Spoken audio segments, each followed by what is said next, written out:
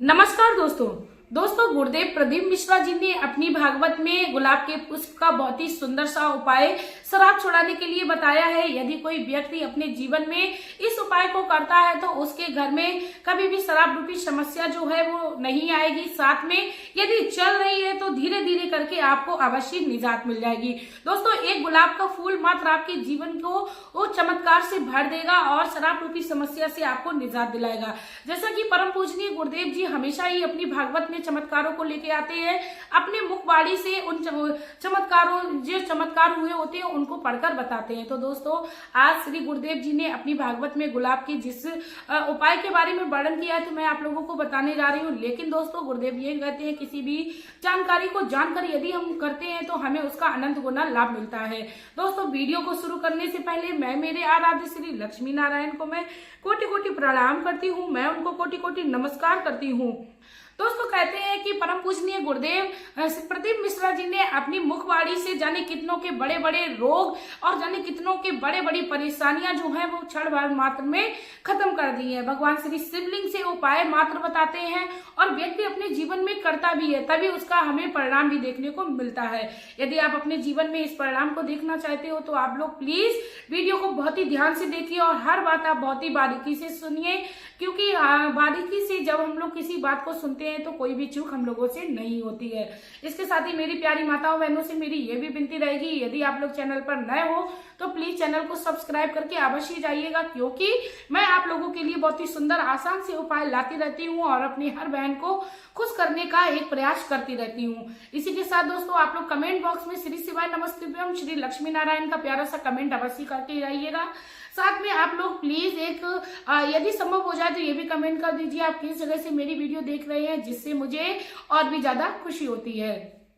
तो चलिए दोस्तों, आप लोगों को उपाय करने के लिए क्या करना है, सबसे पहले तो मैं बता दूं, ये जो दिन है वो आप लोगों को शुक्रवार का दिन चुनना है, क्योंकि शुक्रवार का दिन यदि हम किसी भी माता की पूजा के लिए चुनते हैं तो हमें उसका काफी ज्यादा लाभ मिलता है। यदि आप चाहें तो सोमवार के दिन भी इस उपाय को कर सकते हो। दोस्तों, दोनों दिन में से किसी भी दिन यदि आप इस उपाय को करते हो तो आपके जीवन में इसका आपको लाभ देखने को मिलेगा। दोस्तों, उसके बाद आपको क्या करना है, भगवान श्री भोलेनाथ के लिए आपको जो भी पूजन सामग्री ले जानी होती है वह आप साथ में ले जाइए, लेकिन आपको एक गुलाब का पुष्प मात्र आपको अवश्य लेना है।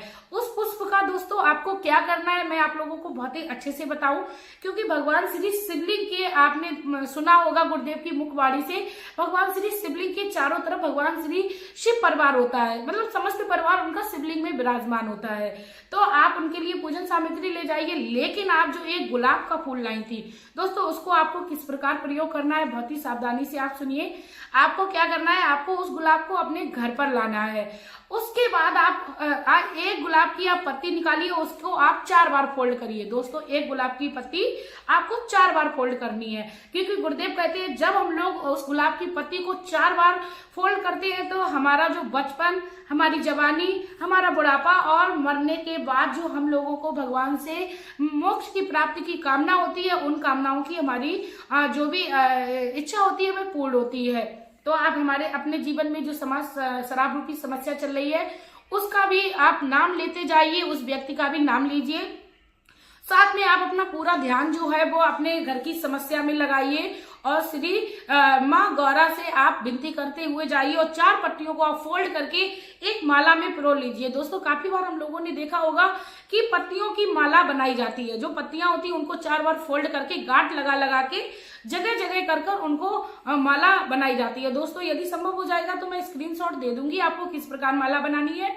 उसके बाद आपको माँ लक्ष्मी के माँ गौरा के साथ भगवान श्री भोलेनाथ का भी ध्यान करना है। उसके बाद आप उस माला को क्या करें, रोली और उसे अक्षत से आप उसका पूजन करें। जब आप पूजन करें तो आप मंदिर में होने चाहिए। यदि आप मंदिर नहीं जा पा रहे हो तो ऐसे में आप अपने ही घर के मंदिर में इसका इस्तेमाल कर सकते हैं। आप भगवान श्री भोलेनाथ की शिवलिंग पर पास बैठ जाइए, माता गौरा का ध्यान करिए, क्योंकि माता गौरा हर किसी का सौभाग्य और सुहाग अखंड रखती हैं। यदि आप माता गौरा से विनती करेंगे तो हमारे सुहाग की रक्षा वो अवश्य करेंगी।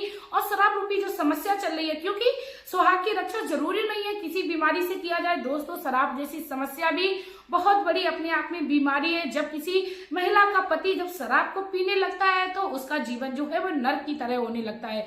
तब ऐसे में हमें माता गौरा से विनती करनी चाहिए और उनसे प्रार्थना करें, हे माँ, हमारे जीवन में हमारा पति जो है वो शराब रूपी समस्या से ग्रसित हो गया है, तो आप उससे निजात दिलाइए, आप हमारे सुहाग की रक्षा करिए और हमारे सुहाग को आप सद्बुद्धि दीजिए, सदमार्ग पर लाइए। इतना करने के बाद आप उसमें रोली और अक्षत को लगाकर माता गौरा के नाम आप लेते हुए भगवान श्री शिवलिंग पर आप अर्पण कर दीजिए। क्योंकि हमारे पति को यदि कोई प्रेम से कोई भेंट देता है तो हम लोग उसको अपने घर में बहुत ही प्रेम से रखते हैं। ठीक उसी प्रकार हमें माता गौरा का आह्वान करना है, लेकिन जो माला हम लोग अपने घर पे बना ले गए थे भगवान श्री शिवलिंग पर चढ़ानी है और भगवान श्री शिवलिंग को प्रणाम करना है। यदि संभव हो जाए तो आप उसमें भगवान श्री शिवलिंग पर चढ़ा हुआ थोड़ा सा जल अपने पति के लिए अवश्य लाएं और आप उस जल को लाकर अपने घर में चारों तरफ छिड़कें। क्योंकि जब भगवान श्री शिवलिंग पर जो चढ़ा हुआ जल होता है उसका बहुत ही विशेष महत्व हो जाता है, चमत्कारिक हो जाता है। हमारे घर का वातावरण जो होता है वह शुद्ध हो जाता है उसको छिड़कने मात्र से। यदि किसी व्यक्ति को, यदि शराबी व्यक्ति को हम लोग उस जल को यदि पिला देते हैं तो दोस्तों आप थोड़ा इमेजिन करिए कि उस व्यक्ति के जीवन में, उस व्यक्ति के शरीर के अंदर उसका क्या प्रभाव होगा। क्योंकि भगवान श्री भोलेनाथ से स्पर्श की हुई कोई चीज हमारे जीवन में हमें सुख समृद्धि को प्रदान करती है, साथ में शुद्धता को प्रदान करती है। तो मेरी माताओं बहनों, आप एक गुलाब के फूल को लाइए, उसकी पंखुड़ी की आप माला बनाइए, माता गौरा के नाम से आप भगवान श्री शिवलिंग पर चढ़ाइए और इसके बाद आप जल को लाइए, अपने घर में चारों तरफ उसका छिड़काव करिए। उसके बाद आप अपने पति या बेटे को पिलाइए। दोस्तों इतना सा उपाय है, आपको अपने जीवन में करना है और लाभ देखना है। दोस्तों ये जो उपाय है वो आप लगातार करते रहिए जब तक आपके घर में शराब रूपी समस्या से आपको निजात ना मिल जाए। इसके साथ ही यदि संभव हो जाए तो आप जब भी फूल चढ़ाएं, कोई सा भी फूल आप भगवान को चढ़ाएं, तो आपको याद रखना है डंडी है वह भगवान की तरफ नहीं होनी चाहिए। भगवान की तरफ जो गुलाब का पुष्प होता है या कोई भी पुष्प होता है, चाहे वो गेंदे का पुष्प हो, किसी का भी पुष्प हो, उसका मुख जो है वो भगवान की ओर होना चाहिए। काफी बार हम लोगों ने देखा है कि हम लोग जब पुष्प चढ़ाने जाते हैं तो डंडी को हम लोग पकड़े होते हैं और डंडी भगवान की तरफ कर देते हैं, पुष्प का जो मुख होता है वो अपनी तरफ कर लेते हैं। तो दोस्तों कहते हैं भगवान के लिए हम लोगों ने फूल नहीं चढ़ाया था, वो तो हम लोगों ने अपने देखने के लिए फूल पुष्प चढ़ाया था।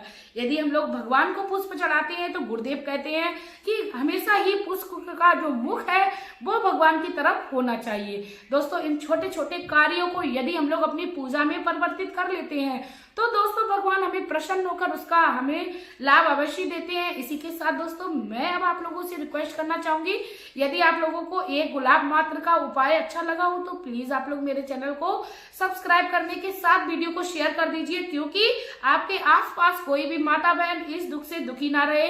क्योंकि जब हम अपने दुख को समझकर दूसरों का भी भला करने लगते हैं तब ऐसे में भगवान हमारा भले करने के कहीं ना कहीं से रास्ता हमें दिखाने लगते हैं। भगवान श्री महादेव कहते हैं उस व्यक्ति का साथ मैं कभी नहीं छोड़ता हूँ जो दूसरों का सहारा बनता है।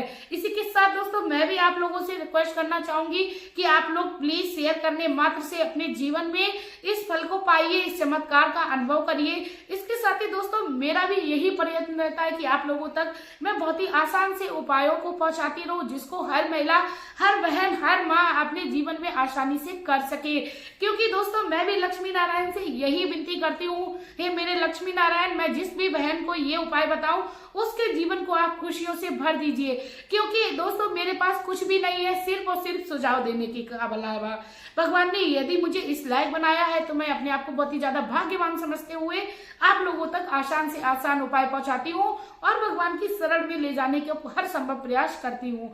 क्योंकि भगवान क्या, यदि हम लोग नाम मात्र इस जीवन में लेते रहेंगे तो कलयुग केवल नाम आधारा, सुमिर सुमिर नर उतरे पारा। तो दोस्तों कलयुग में हमें भगवान की शरण में रहना है और अपने सारे दुखों को दूर करना है। जो भी व्यक्ति ओनली दिन में एक बार श्री हरि महादेव का नाम ले लेता है तो उसके जीवन के संकट जो है वो कुछ ही पल में खत्म होने लगते हैं। संकट आते हैं लेकिन पता नहीं चलते हैं दोस्तों किस रास्ते से निकल गए।